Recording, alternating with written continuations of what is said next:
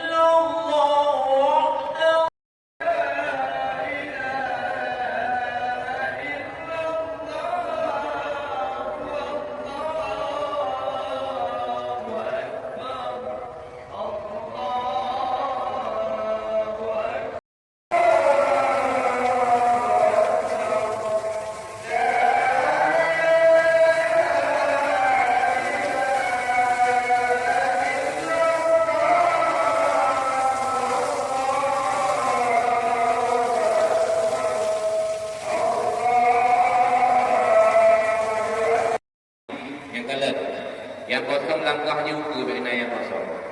Jadi masalah anak bina sedekah orang lain bagi dia orang lain anak buku.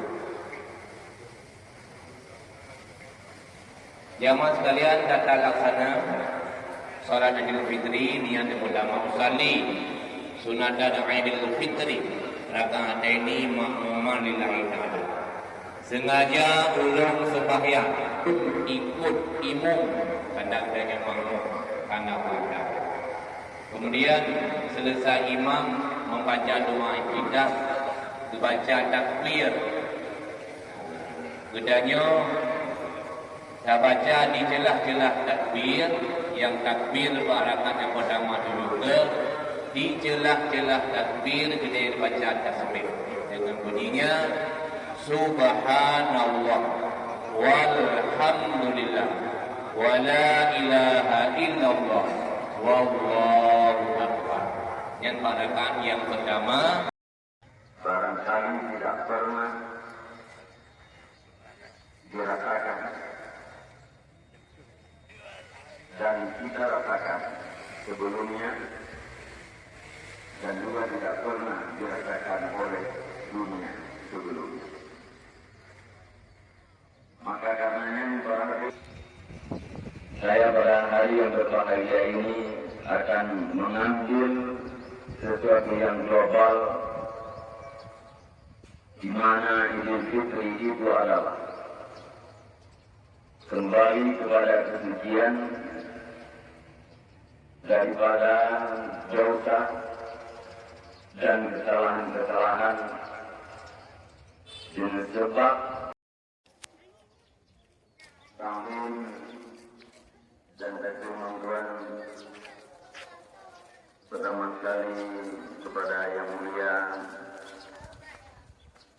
seluruh guru-guru nungguan yang berada di dalam masjid yang mulia. Taklim dan takrim juga kepada yang mulia berada bersama selaku raja ini di Masjidan Gedeon, dan juga kepada seluruh panitia pengurus masjid yang dengan cinta ini. Istimewa kepada seluruh para hadirin hadirat jamaah Idul Fitri yang dirahmati Allah Subhanahu wa Ta'ala. Mari dalam kesempatan yang singkat ini kita hendak ulang kembali satu dua terjemahan daripada ayat Allah Subhanahu wa Ta'ala